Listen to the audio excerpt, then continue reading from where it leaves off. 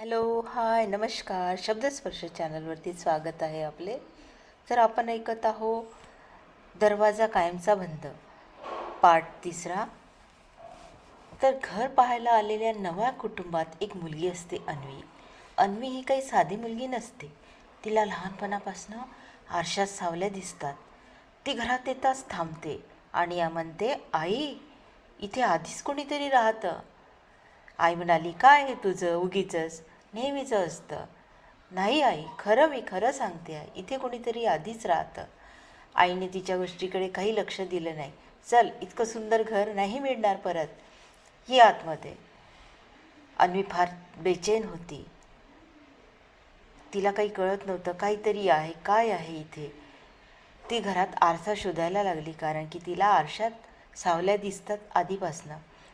त्या रात्री 12 वाजता परत दरवाजावर ठक ठक ठक व्हायला लागली.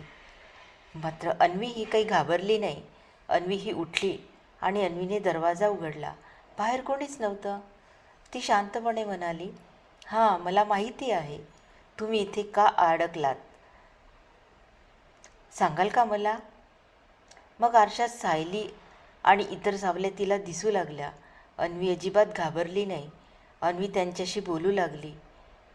म्हणाली, तुम्हाला मी ओळखते. तू जो पांढरी साडी घातलेलीस ना, तुला मी ओळखते ग. ती म्हणाली, तिला बोलतात येईना आरशातल्या स्त्रीला, पण ती बोलू लागली, अशी इशारे करू लागली. आणि अन्वी तिच्या इशाऱ्यावरून अंदाजात ठरवू लागली की ही काय बोलत असेल. ती म्हणाली, तुला सांगू का, तू मागच्या जन्मात माझी बहीण होतीस.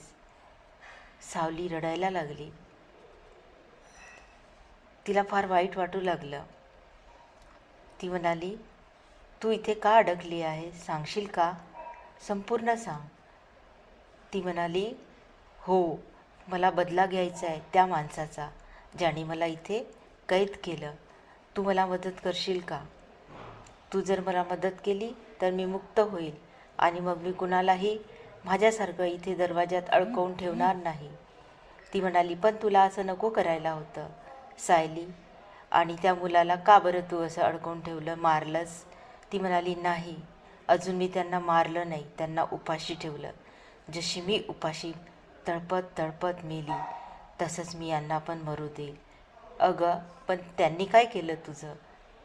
तो तर मुलगा सायलीला बघायला आला होता ना, आणि सायली तर घर घेऊन घरात आलेली.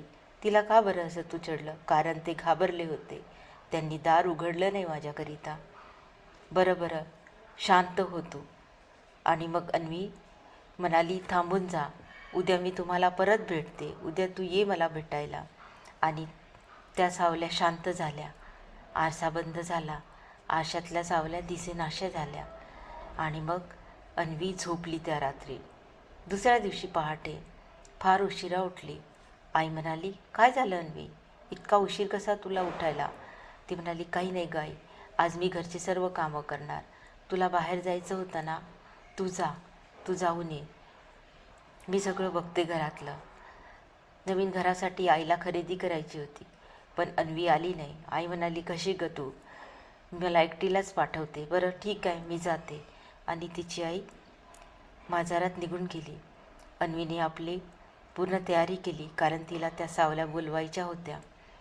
ती एक घराला स्वच्छ केलं. ती एक पाट मांडून त्याच्यावरती घरात सगळीकडे खूप साऱ्या मेणबत्त्या लावल्या, अगरबत्त्या लावल्या आणि काही मंत्र जाप करू लागली. ती खूप वेळ 1-2 तास ती मंत्र जाप करू लागली, सावल्यांना बोलवू लागली. पण सावल्या काही येईना. मग ती आरशाकडे आली. आरशावर हात ठेवला.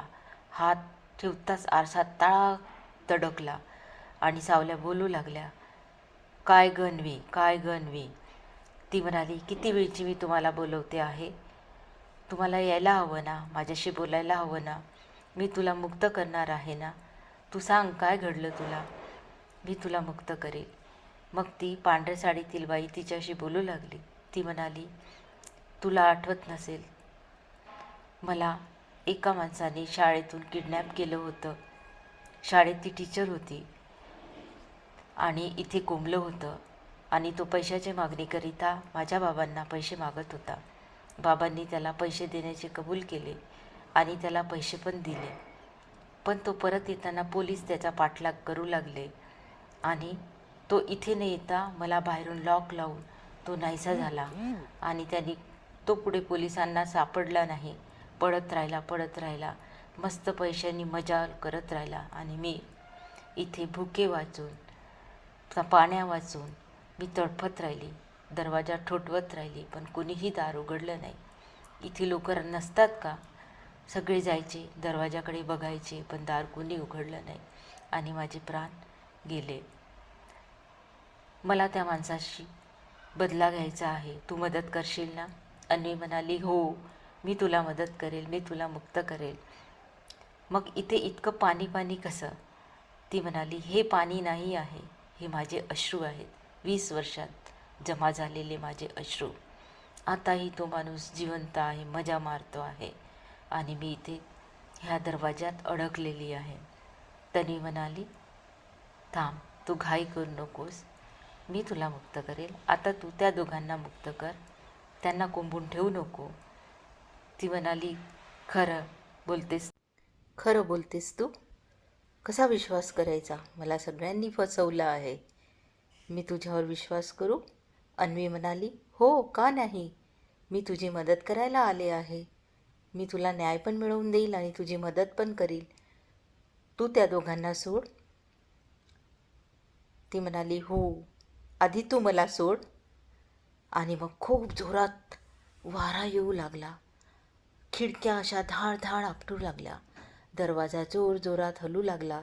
जणू काही आत्ता दरवाजा तुटेल असं वाटायला लागलं.